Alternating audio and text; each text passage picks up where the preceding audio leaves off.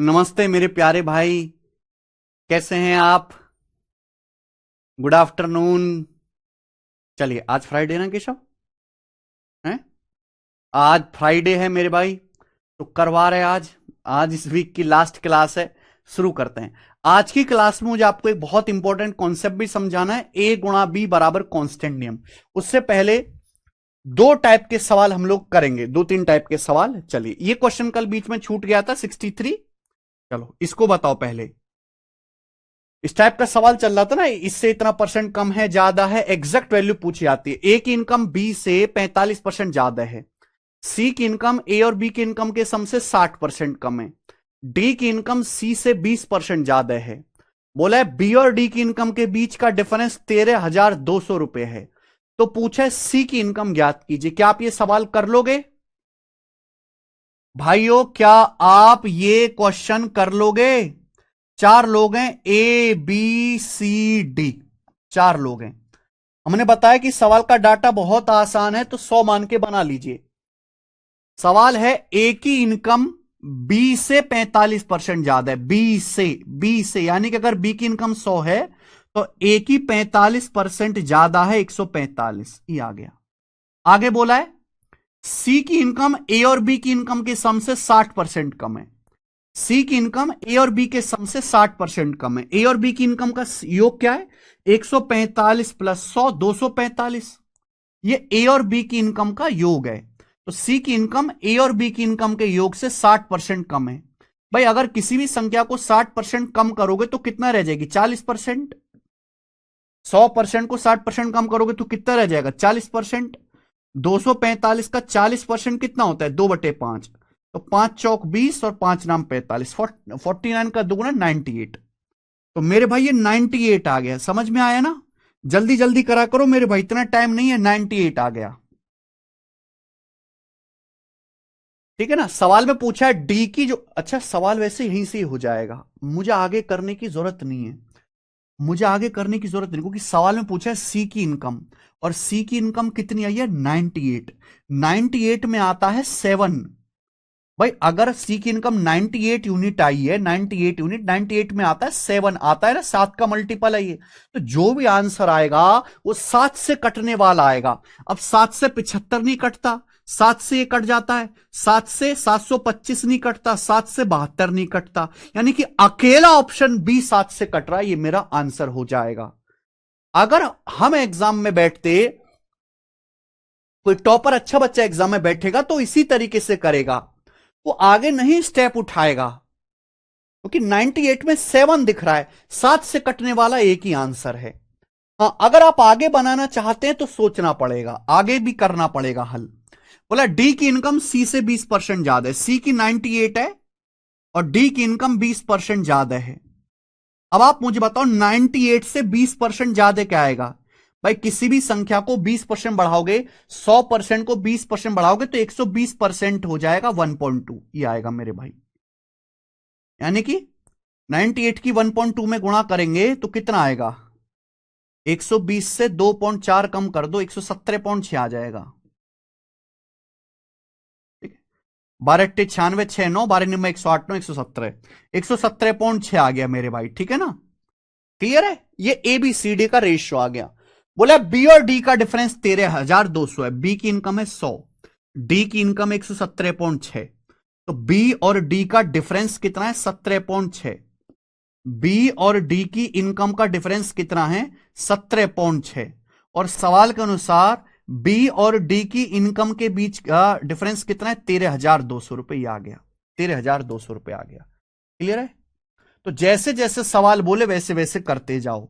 देखो बच्चों, अगर यहां लेफ्ट साइड से डेसिमल हटाऊंगा तो इधर एक जीरो बढ़ेगा। अब बताइए ये किससे कट रहा है? सोचो।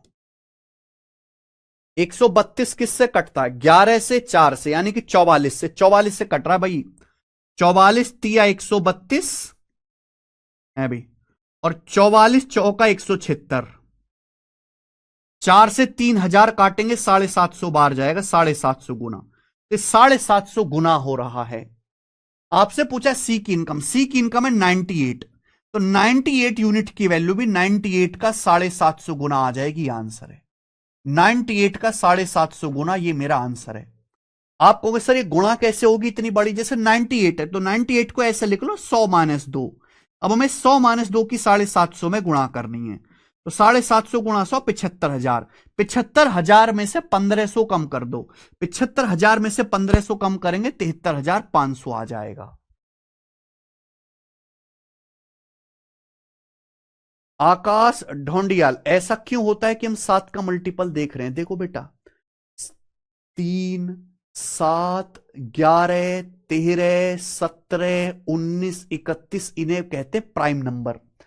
आप मुझे बताओ मेरे भाई, 19, 7, 11, 13 इन नंबर में क्या खास बात है? क्या खास बात है इन सब नंबर में?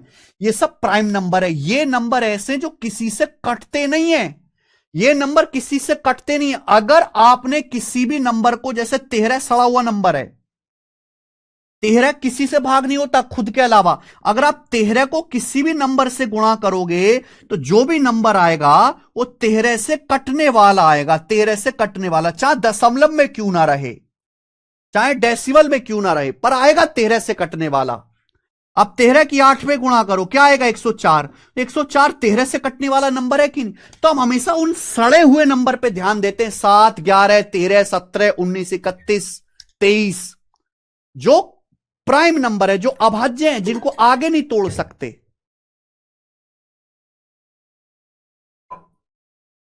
समझ में? ये सवाल कल छूट गया था इस टाइप का, बाकी इस टाइप के सवाल मैंने कल करा दिए। आगे चलेंगे बेटा, नेक्स्ट अगला टाइप।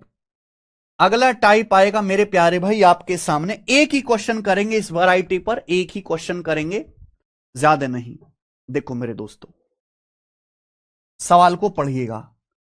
ए बी से 20% ज्यादा है, बी सी से 25% कम है, सी डी से 60% कम है, डी ई से 20% ज्यादा है। तो यहां पे यानी कि 5-5 है, ए बी सी डी और ई।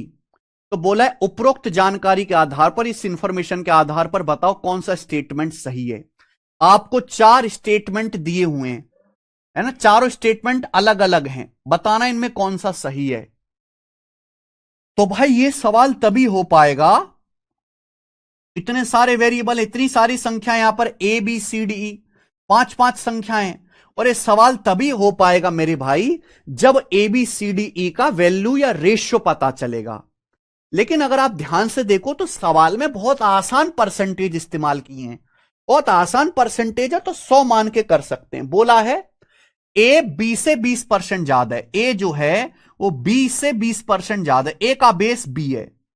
आगे बोला है बी सी से 25% ज्यादा है, बी का कंपेयर सी से हो रहा है, बी सी से 25% ज्यादा है।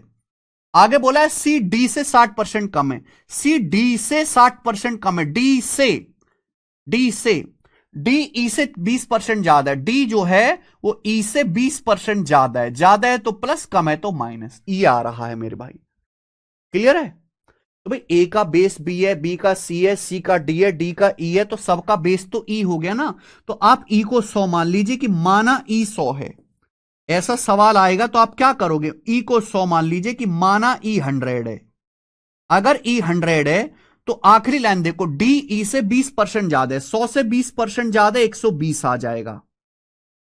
अब बोला है सी डी से 60% कम है। भाई अगर किसी भी संख्या को 60% कम करोगे तो 40% रह जाएगा, 120 को 60% कम करोगे तो 120 का 40% रह जाएगा, 40% मतलब 48, 120 का 40%, 12 चौका 48। क्लियर?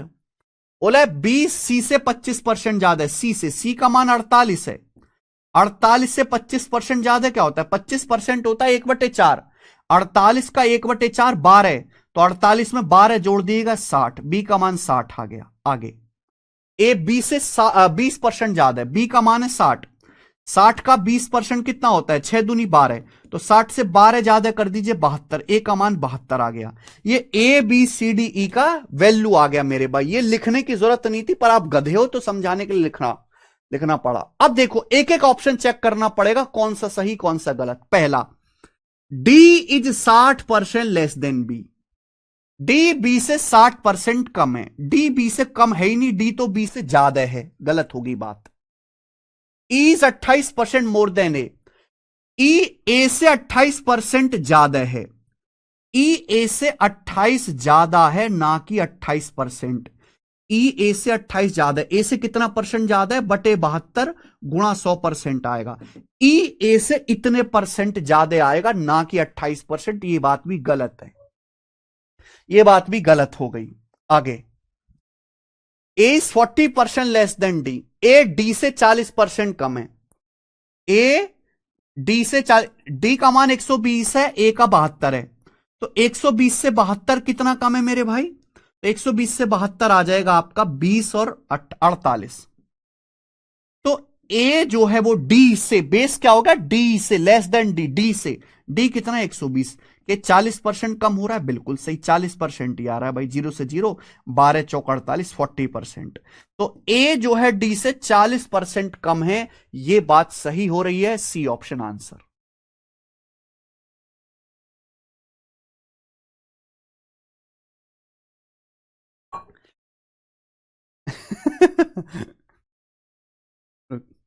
ठीक है भाई, समझ में आया? क्या आपको हमारी बात समझ में आई है? खत्म हुआ ये टाइप। ठीक है बच्चे, दो टाइप ये हो गया। आगे चलेंगे, अब हम इसके आगे करेंगे मेरे भाई तीसरा टाइप। तीसरा टाइप का, दूसरा टाइप का सवाल आज की क्लास का ये करेंगे।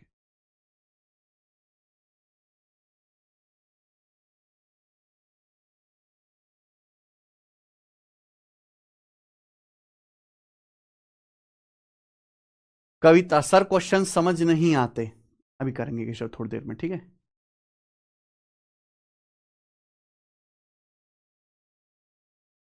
अरे नहीं कटेगा आकाश ढूंढियाल जी, कैसे कटेगा? बटे 7 कहां से लाओगे, हवा में से पैदा करोगे क्या?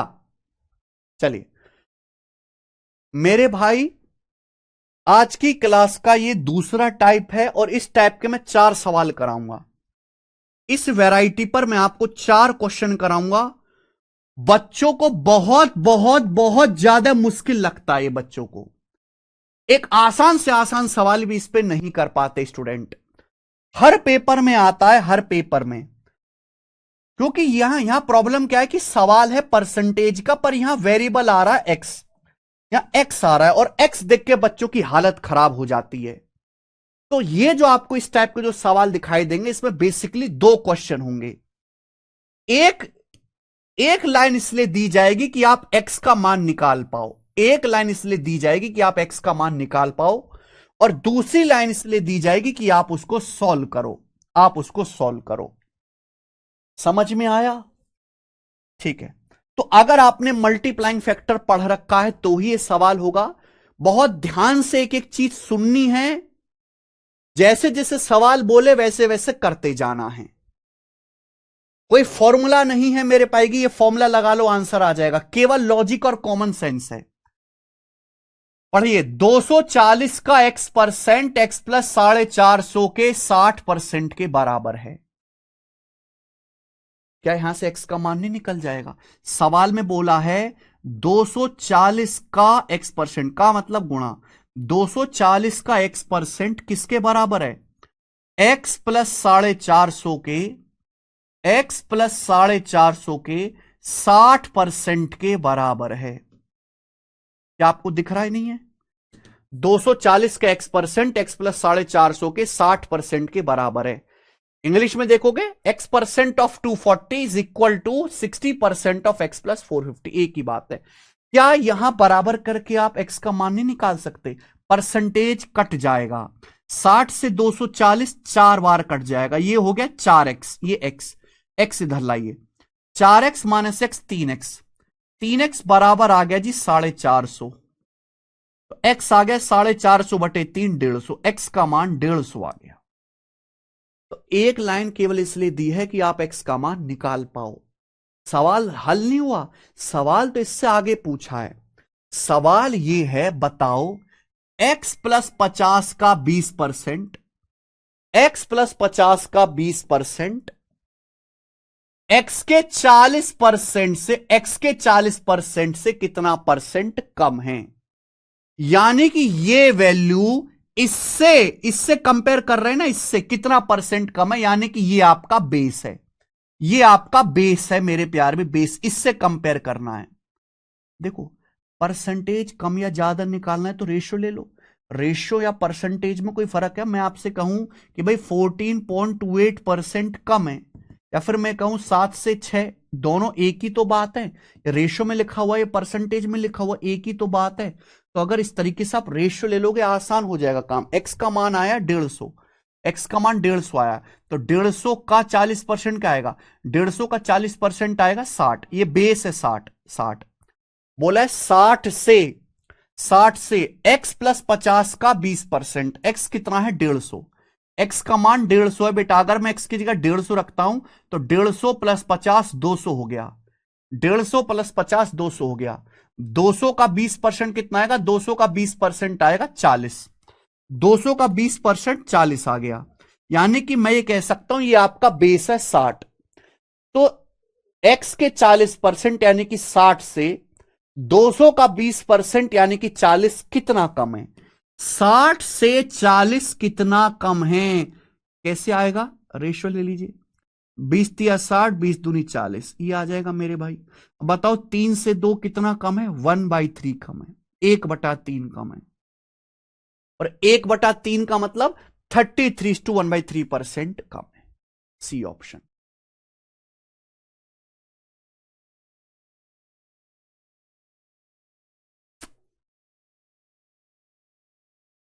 7 मतलब समझ नहीं है? 7 का क्या मतलब है? 1 2 3 4 5 6 के बाद आया 7। अबे दुष्ट,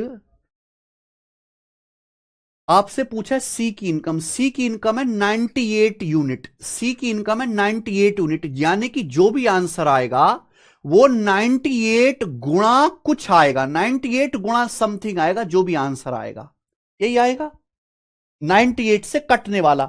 98 का बच्चा होता है 7। 98 का बच्चा होता है 7। समझ में आया? क्लियर है? यानी कि अगर कोई नंबर 98 से कट रहा है तो 98 का बच्चा 7 है, 7 से भी कटेगा, इसलिए 7 से चेक किया। अगर कोई नंबर 10 से कट रहा है तो 10 का बच्चा 5, 5 से कटेगा। ये तो ऑब्वियस सी बात है। अगर कोई नंबर 40 से कट रहा है, 40 का बच्चा 8 होता है, 8 से कटेगा। कोई नंबर सपोज 66 से कट रहा है, 66 का बच्चा 11 है, तो नंबर 11 से कटेगा। इसमें ऐसी कौन सी पहाड़ सी बात है जो आप नहीं समझ रहे?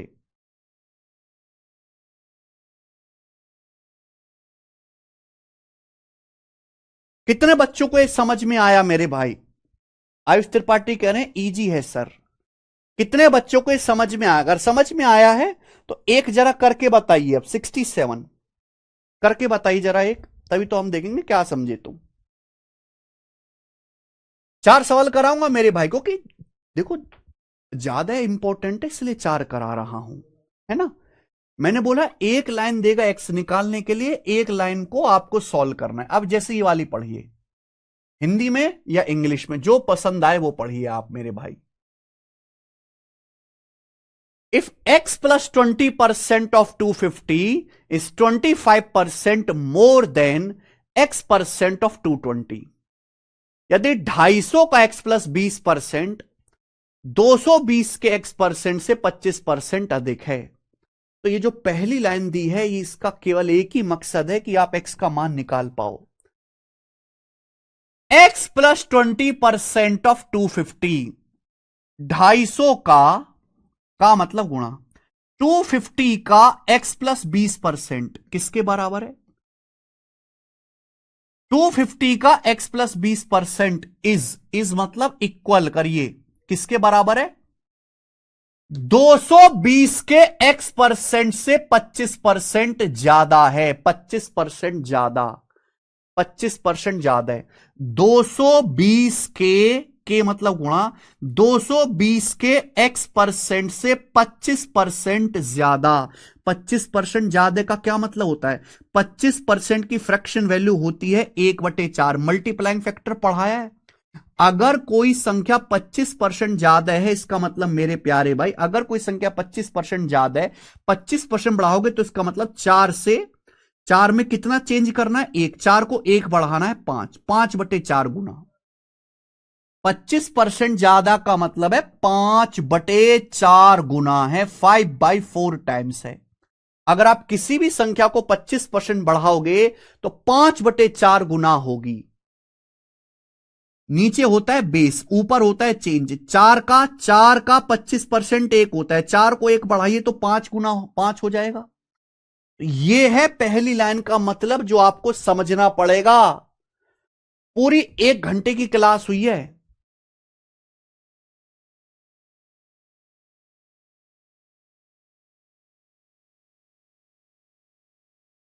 तब नहीं देखेंगे। 250 का x+20%, 220 के x% से 25% ज्यादा है। 25% ज्यादा का मतलब 5/4 से गुणा। अगर किसी बच्चे ने वो बेसिक क्लास नहीं पढ़ी है मल्टीप्लाइंग फैक्टर वाली, तो तुम चूल्हे में चले जाओ, एस्टेसिम को जाओ, कबाड़ हो फिर तुम, ठीक ना। और कबाड़ों की तरह देखते रहो, दिमाग खराब मत करो फिर, क्योंकि परसेंटेज से यहां ये कट जाएगा परसेंटेज। ये 5 और 0 हो गया जी 50। 50 से 250 5 बार कटेगा, 5 बार, ठीक है। ये दिख गया मेरे भाई, 22 और 4 2 से कट गया 11 बार, 2 से 4 कट गया 2 बार, ठीक है। कैंची गुणा कर लेंगे ना, 2 की 5 में गुणा करेंगे, 2×5 = 10। ऐसे क्रॉस मल्टीप्लाई करते हैं ना, 2 की 5 में गुणा करेंगे 10 हो जाएगा, 10 की अंदर गुणा, 10x + 10 × 20 200 बराबर 11 की x में गुणा 11x, इधर जाएगा 11x में से 10x घटाएंगे x, तो x का मान 200 आ गया। सॉल्व करने पर x का मान 200 आ गया। समझ में आया बात, x का मान 200। अब आगे ये है मेरे भाई, तो x+50 का 10%। अरे आकाश ढूंढियाल जी, चुपचाप मुर्दे की तरह बिना हलक से आवाज निकाले पढ़ो। बटे 7 नहीं आता ऐसे, बटे 7 तब आएगा जब किसी कैलकुलेशन में होगा। धीरे धीरे आगे आप समझोगे एग्जाम्पल से। जब आप 50 एग्जाम्पल कर लोगे तो आपकी बुद्धि अपने आप खुल जाएगी। अलग अलग सवाल में अलग अलग केस होते हैं। पता नहीं तुम लोगों को मुंह पर ताला लगा के चुपचाप मुर्दे की तरह पढ़ने में क्या समस्या है। एक्स का मान 200 आया। अब इसके आगे है चीज, x+50 का 10% x के 15% से कितना परसेंट कम है। x+50 का 200% x के 15% से, x के 15% से ये बताना। ये आपका बेस है, जो भी आपका बेस है उसे हमेशा लेफ्ट साइड में लिखा करो। x का मान 200 आया है, 200, तो 200 का 15% कितना है। 200 का 15% आएगा जी 30। 200 का 15% 30। अब 30 से x+50 का 10%, x+50 का 10%, x का मान 200 है। 200 + 50 250, 200 + 50 250, 250 का 10% क्या आएगा, 250 का 10% आएगा 25। 25। तो मुझे ये बताओ, बेस आपका 30 है, 30 से 25, 30 से 25 कितना परसेंट कम है। 30 से 25 5 कम है, 5/30 कम है। 5/30 का मतलब 1/6 कम है, और 1/6 का मतलब 16.66%, या 16 सही 2/3 कम है।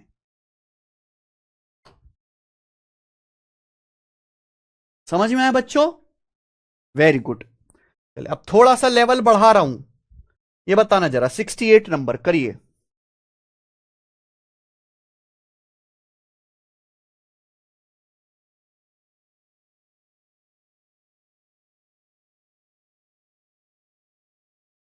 If decreasing 110 by x% gives the same result as increasing 50 by x%।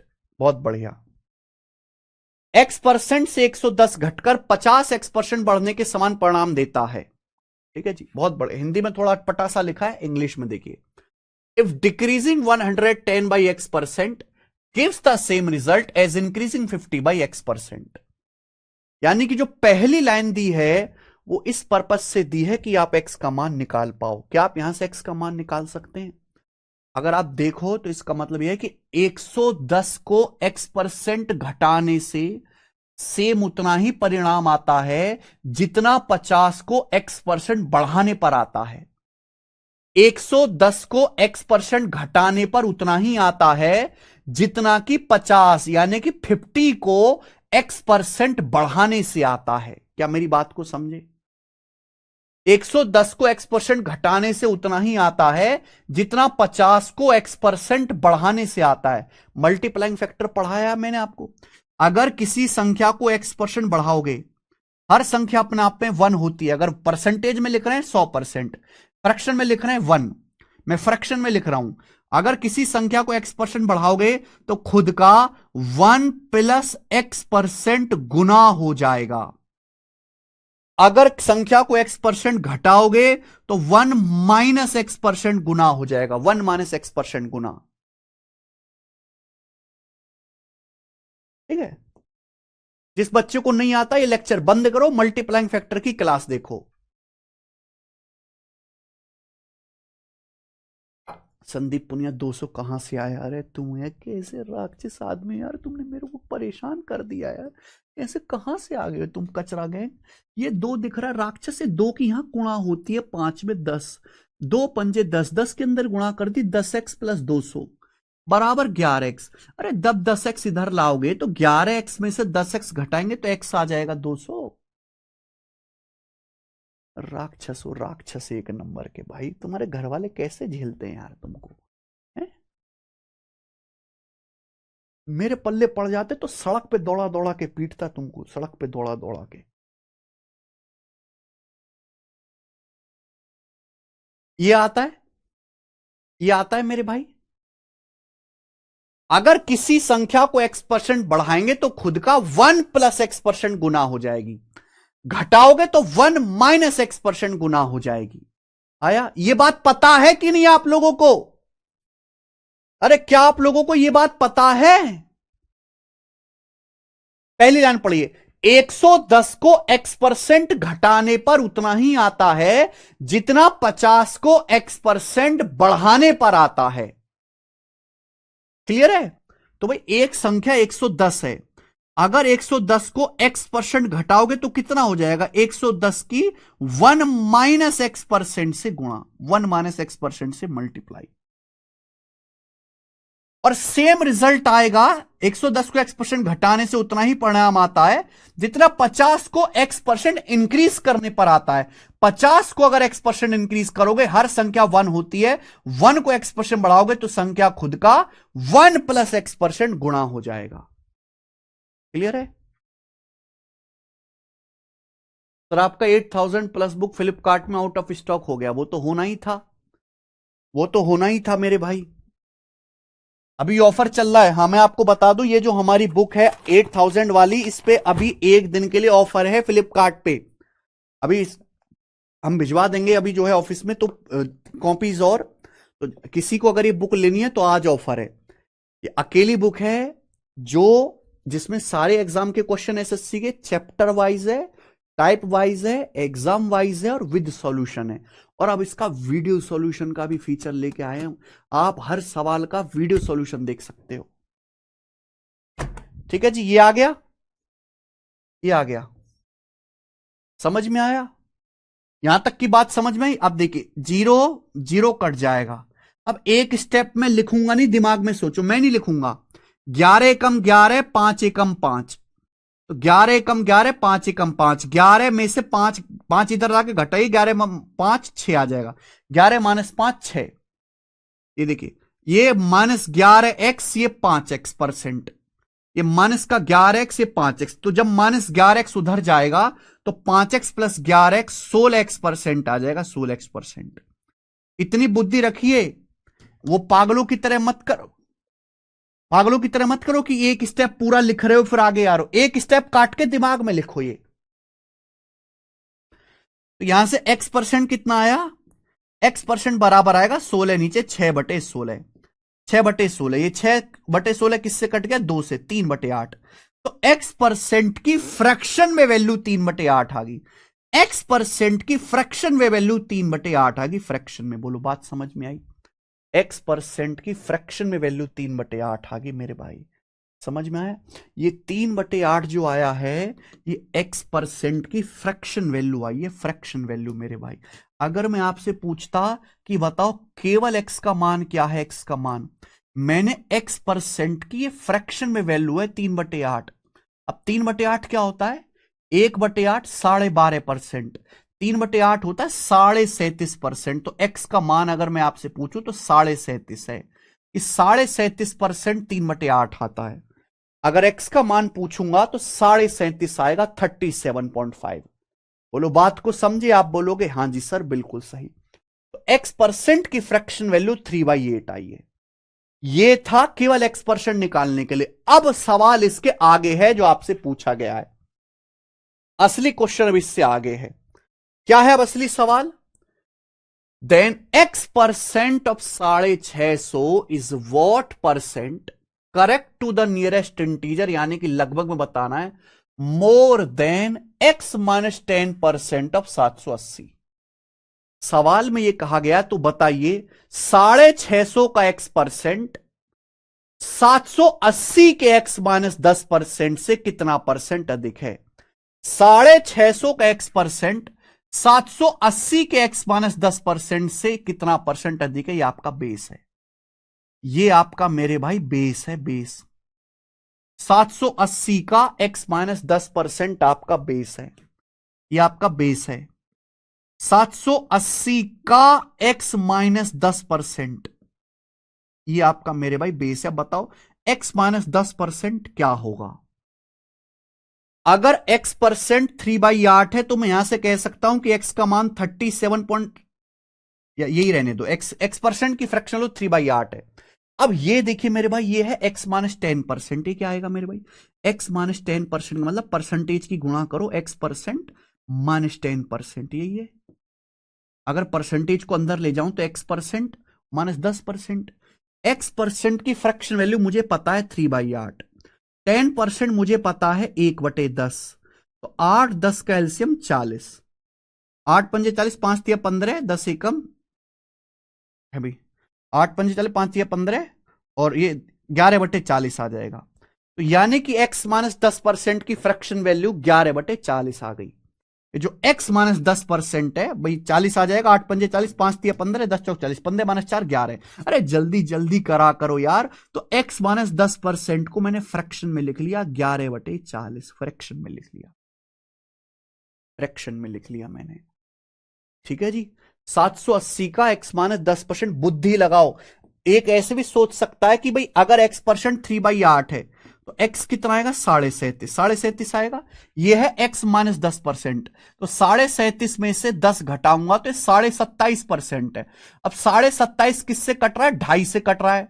2.5% 25 से कटने वाला नंबर है ना ये 11 बार। 2.5% 1/40 होता है, तो 11/40 आ गया।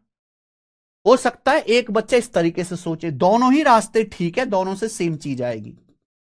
तो मैंने x-10% को पहली बात तो फ्रैक्शन में बदला। x% 3/8 -10% 1/10, ये आपका बेस आ गया। अब इससे 650 का x%, इस बेस से 650 का x% कितना प्रतिशत कम है? 650 का x% की वैल्यू कितनी आई है? x% की वैल्यू आई है 3/8। x% की फ्रैक्शन वैल्यू है 3/8। कितना कम है मेरे भाई? ये बेस है। बेस से कितना कम है मैंने आपको सिखाया। जब भी ऐसा कुछ आया करे रेशियो ले लिया करो। रेशियो से ना कैलकुलेशन आसान हो जाती है। ठीक है जी। 13 से कट जाएगा, 13×6 78, 13×5 65, कट गया ना। देखिए 8 से कट जाएगा, 8 से 40 आपका 5 बार कट जाएगा, 5 बार। और भी कुछ कट रहा है क्या? 3 से कट रहा है। 3 से मेरे दोस्तों आपका 6 कट गया 2 बार।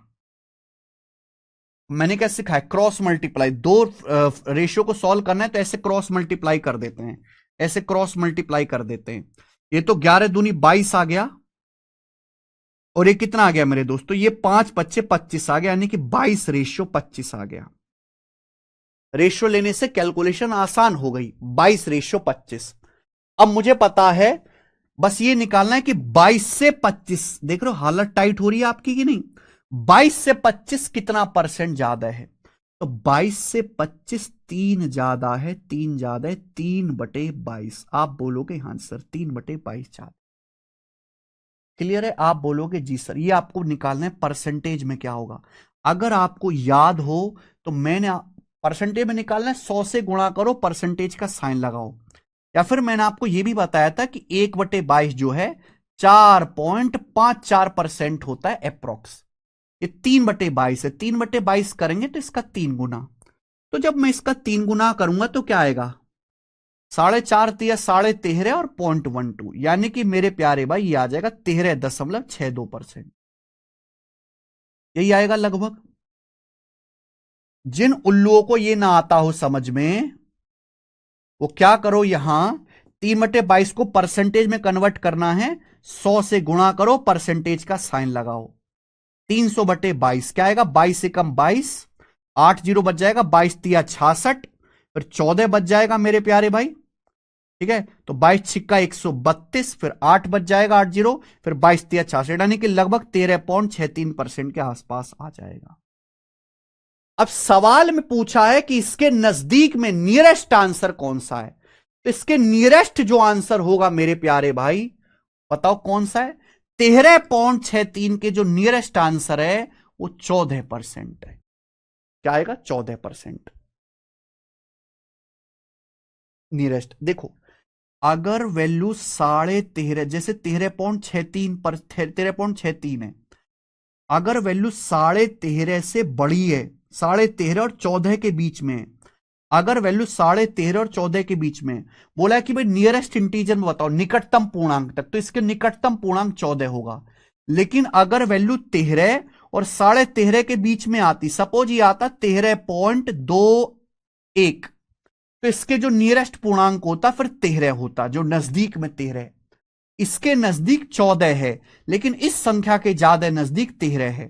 तो अगर 13.5 और 14 के बीच में है तो हम 14 लेंगे, लेकिन अगर 13 और 13.5 के बीच में है नजदीक में, तो हम 13 लेंगे। तो 0.5 से जो है नजदीक देखना पड़ता है।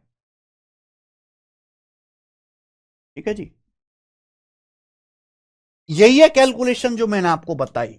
ठीक है, ये सवाल था। कितने बच्चों को ये सवाल समझ में आया।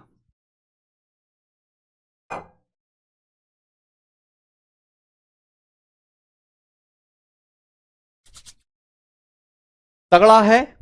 आगे चलेंगे, एक और क्वेश्चन करेंगे मेरे प्यार भी, जल्दी से करेंगे फटाफट, ऐसा लास्ट 69 नंबर, जल्दी से करो फटाफट करिए।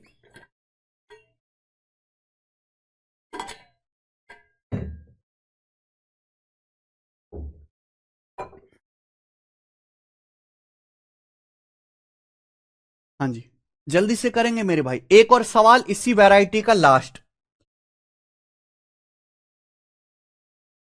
जब मैं ये वाला सवाल करा रहा हूं तो सब शेर बनते हैं, सब ना सवाल को बेइज्जत करने लग जाते हैं, अरे सर क्या पढ़ा रहे, ये तो कोई भी कर लेगा गधा भी। पर जब मैं धीरे धीरे धीरे धीरे जब लेवल बढ़ा के यहां पे ले आता हूं, तो तुम्हारी जब खोपड़ी के नस हिलने लगती हैं, तो फिर तुम परेशान होते हो। इसलिए किसी भी चीज को हल्के में मत लिया करो। ये इसी टाइप पे बहुत आसान सवाल भी बन सकता है और बहुत मुश्किल भी बन सकता है। चलो एक और करेंगे मेरे भाई, इस पर ही बताइए। If x% of 190 is 15 less than x plus 10% of 180। सवाल बोला है x% of 190 is 15 less than x plus 10% of 180, यानी कि पहली लाइन ये जो दी है ये केवल x निकालने के लिए दी है। पहली लाइन केवल x का मान निकालने के दी है, तो यहां से x का मान निकाल पाओगे क्या। बोला है 190 का x%, 190 का x%, 180 के x प्लस 10% से 15 कम है। देखो बेटा, 15 कम होना और 15% कम होना जमीन आसमान का फर्क है। मैं आपसे कहूं मेरी कमाई आपसे 15 रुपए कम है, मेरी कमाई जो है आपसे 15 रुपए कम है, इसका मतलब क्या होगा, घटा के 15 आना चाहिए। यहां 15 कम बोला है, 15 कम का मतलब इन दोनों को घटा के 15 आना चाहिए।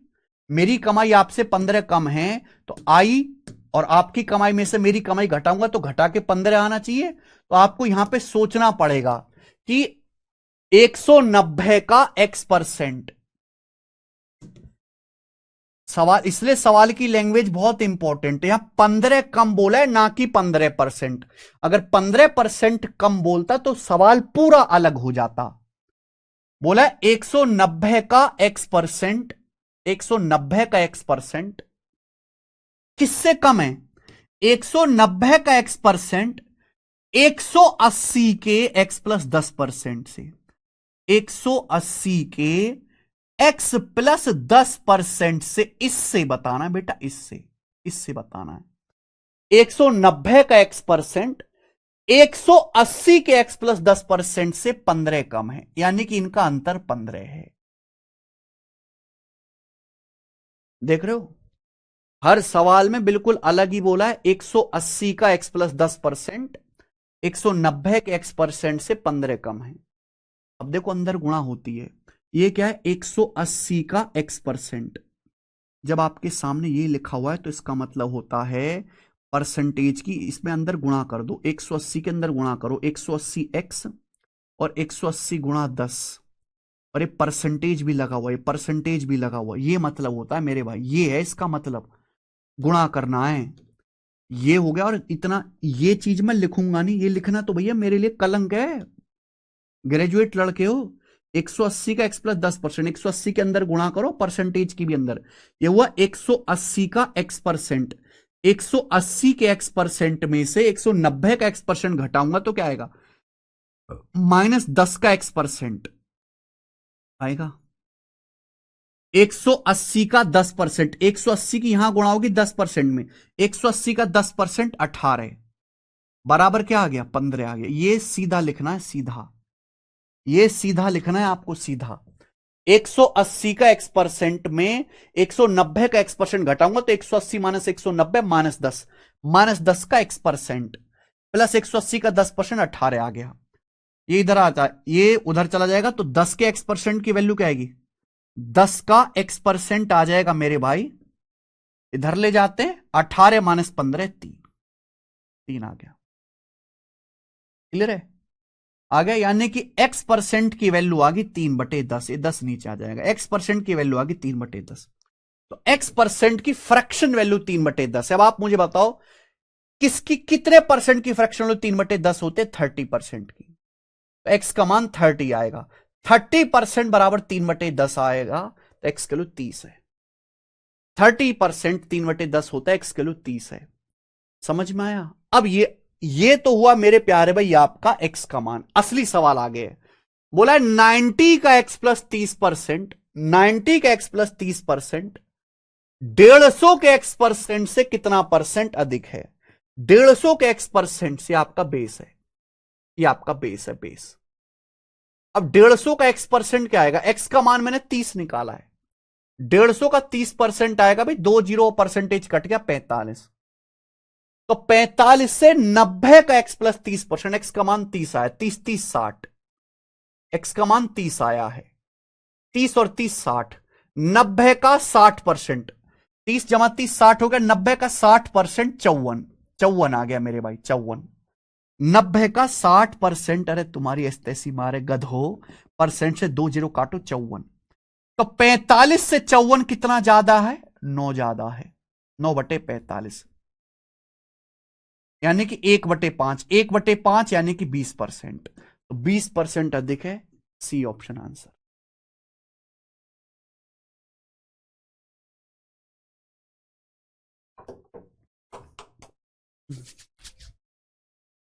ठीक है जी, इसी के साथ ये टाइप खत्म होता है। मैंने आपको इस टाइप के 4 सवाल कराए, ठीक है।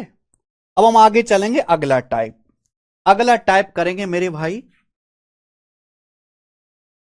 CHSL 2018 के पेपर का, और इस टाइप का मैं आपको एक ही क्वेश्चन कराऊंगा, इस टाइप का मैं आपको एक ही सवाल कराऊंगा। सवाल नंबर 70 बताइए।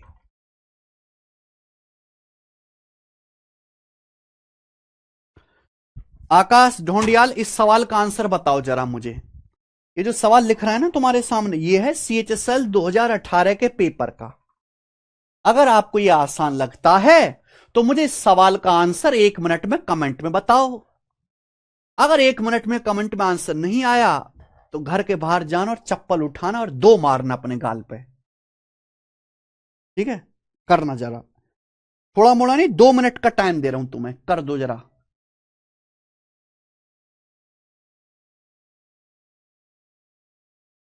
करो जरा।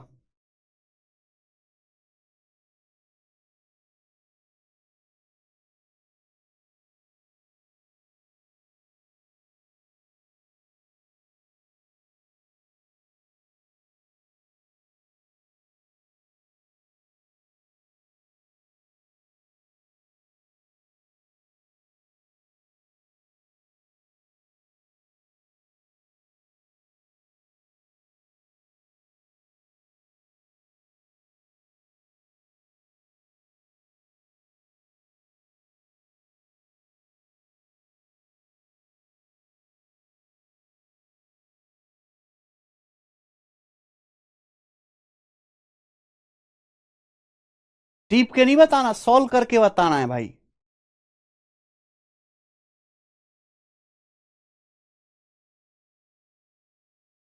मतलब विकास गौतम जी,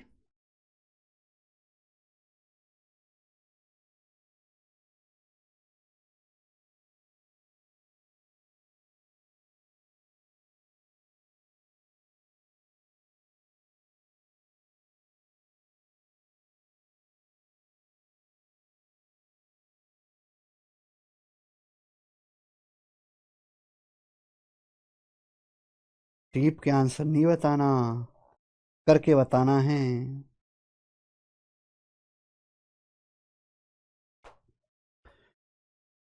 अच्छा, for a number greater than one, कोई नंबर एक से बड़ा है, the difference between itself and its reciprocal is 20% of the sum of itself and its reciprocal, by how much percent is the square of number less than its cube. आप मुझे बताओ, यह सवाल तब तक नहीं होने वाला जब तक नंबर पता नहीं चलेगा। यह सवाल तब तक नहीं होने वाला जब तक नंबर पता नहीं चलेगा। और नंबर पता करना है, नंबर पता ही नहीं है। जब पता ही नहीं है तो मान लिया कि एक नंबर एक्स है, मान लीजिए एक संख्या एक्स है, और सवाल बोला यह संख्या एक से बड़ी है, एक से बड़ा है मेरे भाई। अब जैसे जैसे सवाल कह रहा है वैसे आपको करना है। आप बताओ, कोई नंबर जो एक से बड़ा है, the difference between its self and its reciprocal. Reciprocal आप समझते, जैसे कोई नंबर है 2/5, रेसिप्रोकल मतलब इसका उल्टा कर दीजिए, 5/2। ये हो गया मेरे भाई। तो जैसे कोई नंबर मान लिया मैंने एक्स है, तो ये नंबर एक्स, इसका रेसिप्रोकल क्या आएगा, 1/x। इसका रेसिप्रोकल क्या आएगा बच्चे, 1/x।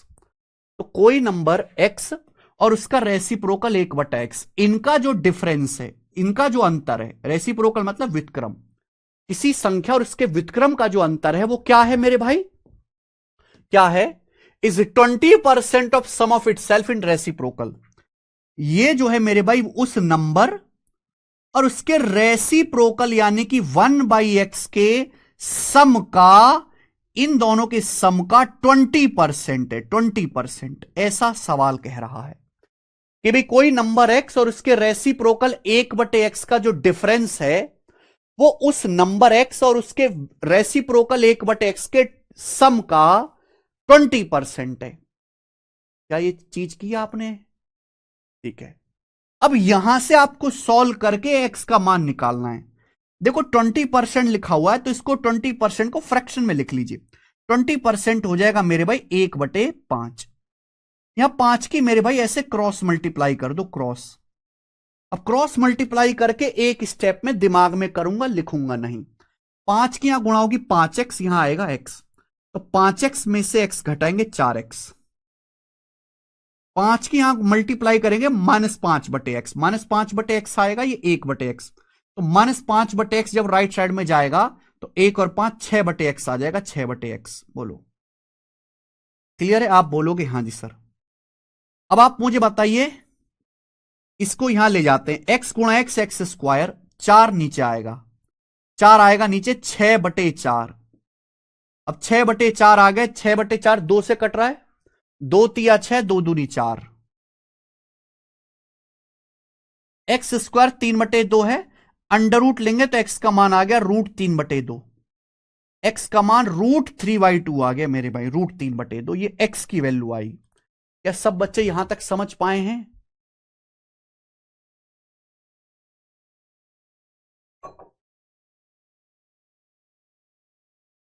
सर सीजल करूं या पीसीएस में यूपीपी मार्क्स 262, जो हो जाए भाई वो कर लो माधव जी। ये संख्या आ गई और ये नंबर ऐसा आया है कि इंसान का दिमाग नहीं सोच सकता, ये एक्स मान के ही निकालना पड़ेगा। ये नंबर आया है दोस्तों √3/2, एक्स स्क्वायर 3/2, अंडर रूट लेने पर √3/2। अब सवाल यहां खत्म नहीं हुआ, सवाल तो असली यहां से शुरू हुआ है, क्योंकि सवाल ये कह रहा है by how much percent is the square of number less than its cube. बताइए इस नंबर का स्क्वायर इसके क्यूब से कितना परसेंट कम है। नंबर को हमने एक्स मान लिया, नंबर का जो स्क्वायर है एक्स का स्क्वायर इस नंबर के क्यूब से तो हम क्यूब से कंपेयर कर रहे हैं, आपका बेस आएगा। उस नंबर का जो स्क्वायर है वो मेरे भाई इस नंबर के क्यूब से घन से, स्क्वायर मतलब पावर 2, क्यूब मतलब पावर 3, नंबर का स्क्वायर क्यूब से कितना परसेंट कम है। अब कमियां ज्यादा निकालने के लिए मैंने क्या सिखाया, आप रेशियो ले लिया करो, इससे काम आसान हो जाता है अगर आप रेशियो ले लोगे। भाई ये पावर 2 है, ये पावर 3 है, रेशियो का मतलब होता है डिवाइड करना, डिवाइड ही तो होता है मेरे भाई। पावर 2 को पावर 3 से डिवाइड करेंगे तो एक पावर बचेगा, यानी कि आ गया x/1 आ गया। क्या आ गया, x/1। पावर 2 से पावर 2 कट जाएगा, एक x बचेगा, और x/1 का मतलब यानी कि x का मान क्या है भाई, ये x का मान क्या है, √3/2। आपके सामने अगर ऐसे लिखा हुआ है मेरे भाई √3/2, तो इसका मतलब है 3 का रूट अलग और 2 का रूट अलग, यही तो मतलब है, ठीक है ना। x/1 का क्या मतलब होगा, √3/√2, यानी कि √3/√2, √3/√2 मेरे भाई, ये आ गया √3/√2। यानी कि आपको अल्टीमेटली केवल यह पता करना है अल्टीमेटली कि √3 से √2 कितना परसेंट कम है, बस ये बताना है √3 से √2 कितना परसेंट कम है। क्लियर है, वेरी गुड आकाश बच्चे, वेरी गुड। √3 से √2 कितना परसेंट कम है। अब देखो इस सवाल के ऑप्शंस बहुत दूर दूर हैं, जब ऑप्शंस काफी दूर दूर हैं तो मैं भी कोशिश करूंगा अप्रोक्स करने की, ठीक है ना। √3 की जो अप्रोक्स वैल्यू होती है याद कर लीजिएगा 1.732 होती है, बहुत यूज होता है। √2 की जो अप्रोक्स वैल्यू होती है भाई वो 1.414 होती है। √5 की जो अप्रोक्स वैल्यू होती है वो 2.23 के आसपास होती है, तो ये याद कर लीजिएगा। पर चूंकि मेरे ऑप्शंस काफी ज्यादा हटके हैं तो मैं ज्यादा ही थोड़ा सा सिंपल कर लूंगा। √3 की वैल्यू होती है 1.732, लेकिन मैंने 1.7 मान लिया। √2 की वैल्यू होती है 1.414, मैंने 1.4 मान लिया। तो मुझे बताओ 1.7 से 1.4 कितना कम है, 1.7 से 1.4 कितना कम है, लगभग मेरे प्यारे भाई 3 कम है, 3 कम है। तो कितना आएगा, 17 का 20%, 3.4 होता है, 20% से हल्का सा कम आएगा 18। भाई 17 आपका बेस है, ये आपका बेस है मेरे भाई, 17 ये आपका बेस है। अगर मैं 17 का 20% में निकालूं तो 3.4 आएगा, लेकिन ये 3 है, यानी कि 20% से कम, तो 20% से हल्का सा कम 18 ये आएगा।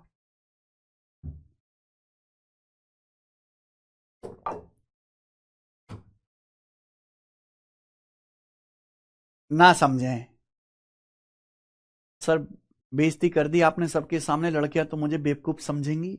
लड़कियों का बड़ा वो है भैया तुम्हें, है लड़कियां ना बेवकूफ समझ लें।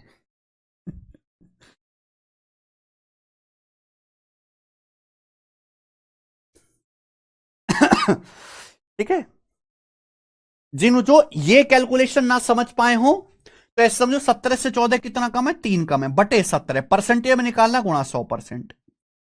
ठीक है, भाग कर लो। 3/2 कहां से आ रहा है घोंचू, 4 जब नीचे जाएगा 4 तो 6/4 हो जाएगा, 3/2।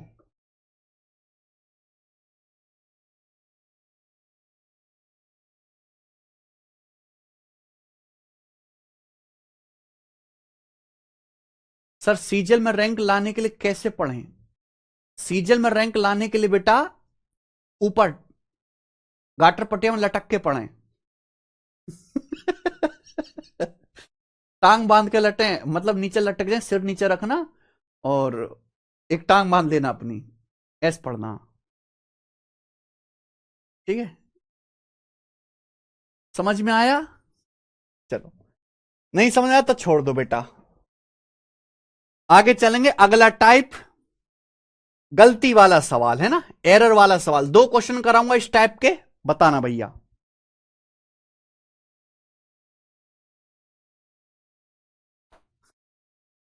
अमित मिश्रा कह रहे हैं सर ये सब छोड़ो, पहले किताब के बारे में बताओ, बिजनेस करो सर पहले। पता नहीं हमारी आज की जनरेशन को क्या हो गया, बिजनेस शब्द से बहुत चिढ़ है।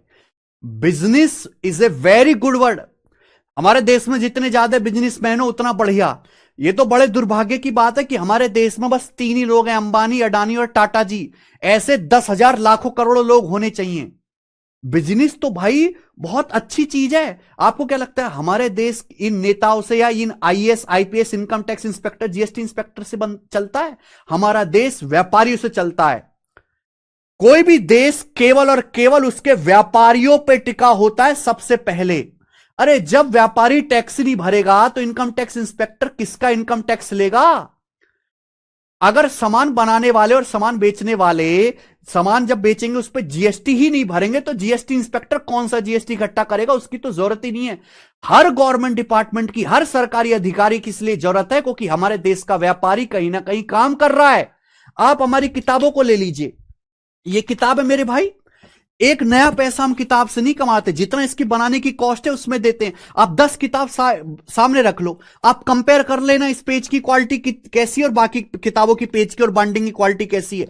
जब ये किताब बनती है तो इतने सारे 50-60 लड़कों की रिसर्च टीम लगती है, इतने सारे हमारे सिलेक्टेड बच्चे जो वर्क फ्रॉम होम करते हैं, जॉब के साथ साथ भी कमा रहे हैं और कंटेंट का काम करके भी कमा रहे हैं। उसके बाद इस किताब को बनाने के लिए हम कागज का ट्रक उतरवाते हैं। टाइपिस्ट है, 15-20 टाइपिस्ट है जो इसको टाइप करते हैं। फिर इसकी प्रिंटिंग होती है, बाइंडिंग होती है, कटिंग होती है। फिर इसके सेल्समैन हैं जो इस किताब को भेजते हैं, डिलीवरी करने वाले लड़के हैं। तब जाके देखो इतने सारे लोग एक चीज से जुड़े, तब जाके किताब बन पाई। अगर बीच में 100-150 लोगों को अगर एक किताब से रोजगार मिल रहा है तो इसमें बुरा क्या है? आप भी तो पैसे के लिए ही पढ़ रहे हो।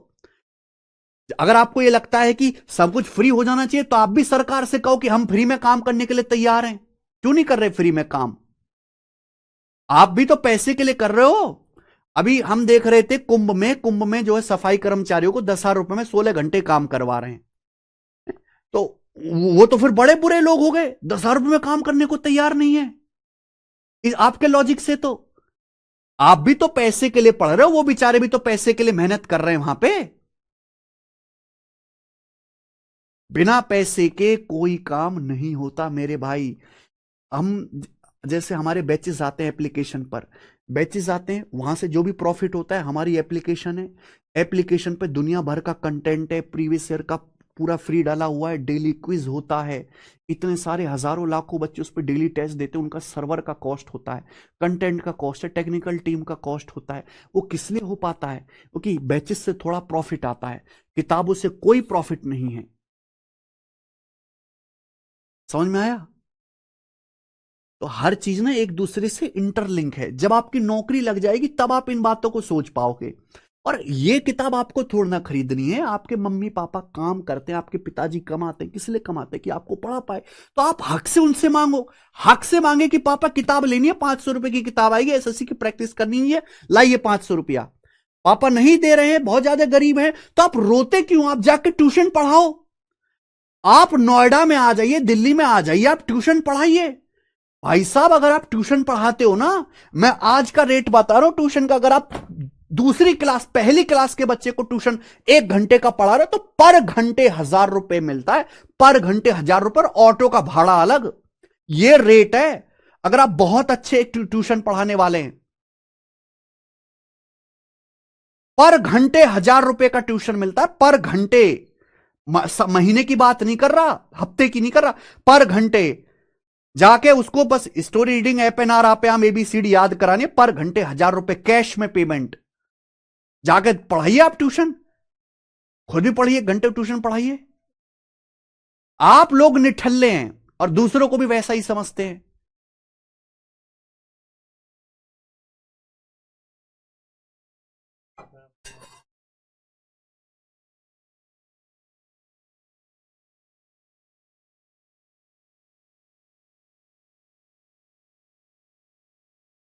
समझते ही नहीं हो बात को आप लोग।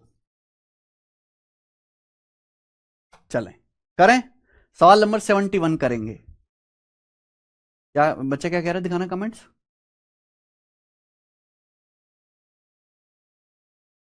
आईसीएससी वालों को पढ़ाने का 1500 रुपए है, बहुत बढ़िया सर। हमारे गांव में तो 200 रुपए पर मंथ है। गांवों की बात मत करो, गांव में क्या रखा है। अभी मेरे ना गर्दन में दर्द रहने लगा था यहाँ पे ना, तो क्योंकि मैं पढ़ाते पढ़ाते देखो ऐसे हाथ रहता है।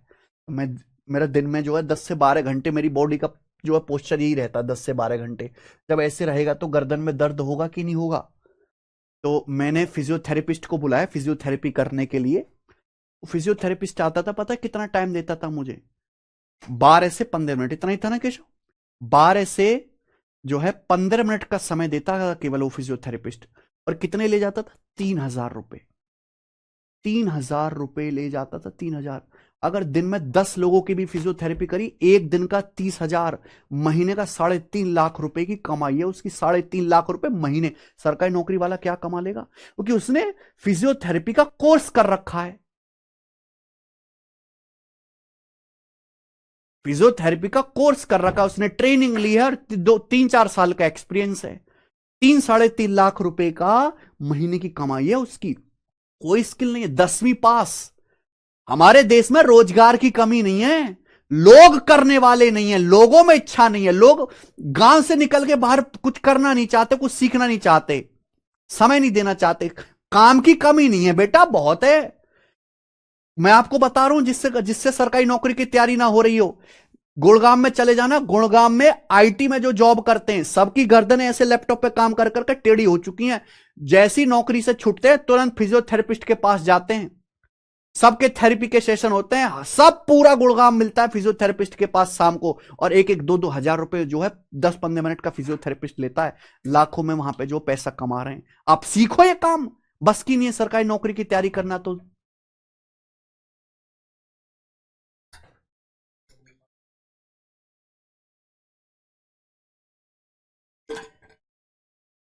देश में रोजगार की, जो लोग कह रहा कि मैं बेरोजगार हूं, वो अपनी बेरोजगारी का खुद ही कारण है। देश में रोजगार की कोई कमी नहीं है, लोगों के पास पैसे की कोई कमी नहीं है। स्किल वाले लोग होने चाहिए। स्किल स्किल वाले लोग नहीं है ना। हम 200 लड़कों का इंटरव्यू करते हैं, तब जाके एक आध लड़का मिलता है जिसको कंटेंट बनाने का जो है काम आता है, जो कंटेंट बना सकता है।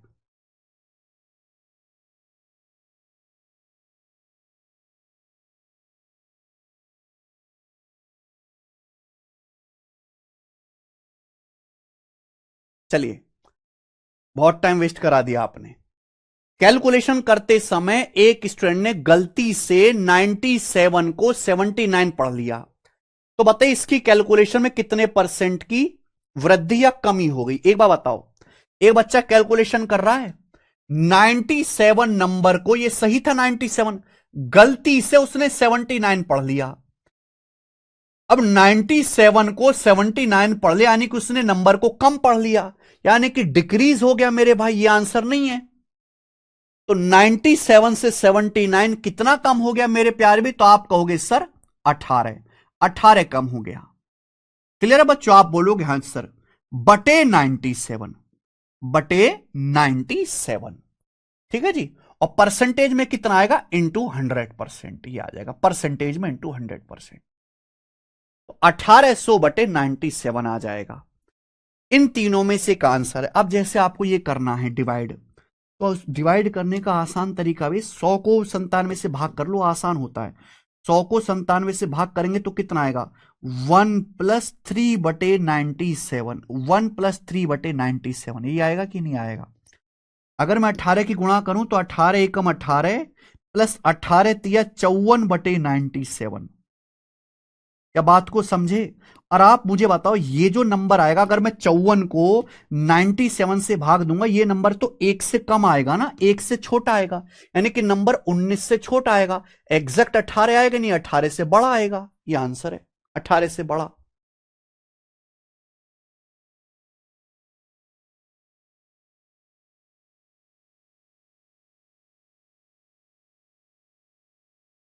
क्लियर है बच्चों?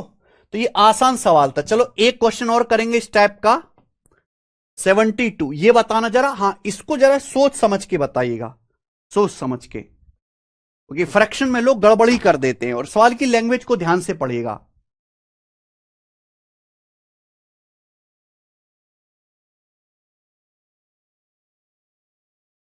%18 18 से बड़ा आएगा ना भाई थोड़ा सा। If a student multiply a number by 7/12 instead of 11/16, then find percentage error in calculation. अगर कोई स्टूडेंट किसी संख्या को 11/16 की बजाय 7/12 से गुणा करता है, तो उसके आंसर में, उसकी कैलकुलेशन में कितने % की गलत एरर होगी। अगर कोई स्टूडेंट किसी संख्या को 11/16 की बजाय 7/12 से गुणा करता है, multiplied A number by 7/12 instead of 11/16, यानी कि एक बच्चा था खाली बैठा था, पापा ने बोला ए उरया, बच्चे को बोला कि एक नंबर को 11/16 से गुणा कर दे, लेकिन बच्चे ने 11/16 की बजाय गलती से किससे गुणा कर दी, 7/12 से गुणा कर दी, तो आंसर तो गलत आएगा ना। और ये पूछा कितने % गलत आया आंसर। तो देखिए मेरे भाई, बचपन में एक तरीका था कि हम सवालों को x मान के करते थे, फिर समझदार हुए 100 मान के करने लगे, फिर आज हम और समझदार हैं। जब आपको संख्या कुछ माननी ही है, एक बात बताओ, मुझे यहां गुणा करनी है 11/16 से, मुझे ये गुणा करनी है 11/16, ये है 7/12, तो मुझे /16 और /12 ये करना पड़ेगा।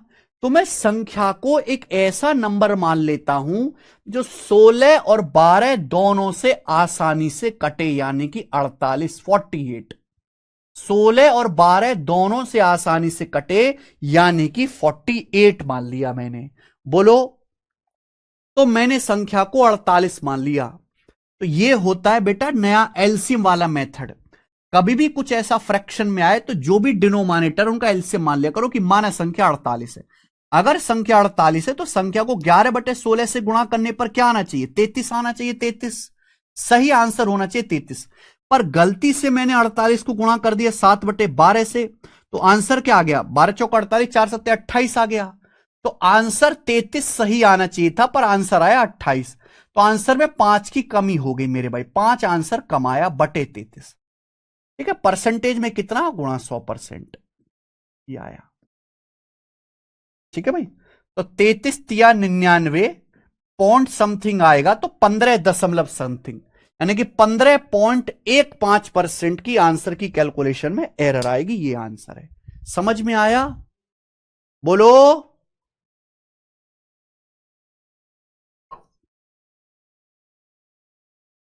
अरे बोलो।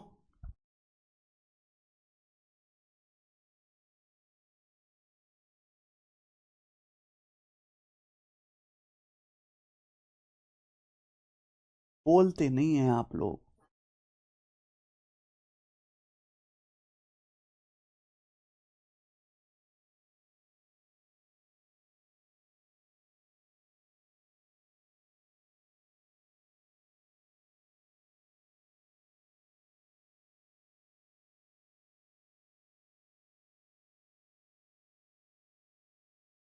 %10 आकाश जी, 10। समझ में आया ना, आसान सवाल है। चलो आज इतना ही छोड़ते हैं, नया कॉन्सेप्ट बताना था पर आपने टाइमिंग खराब करा दिया। नया कॉन्सेप्ट कल बताऊंगा जी, ठीक है ना, आज इतना ही छोड़ेंगे।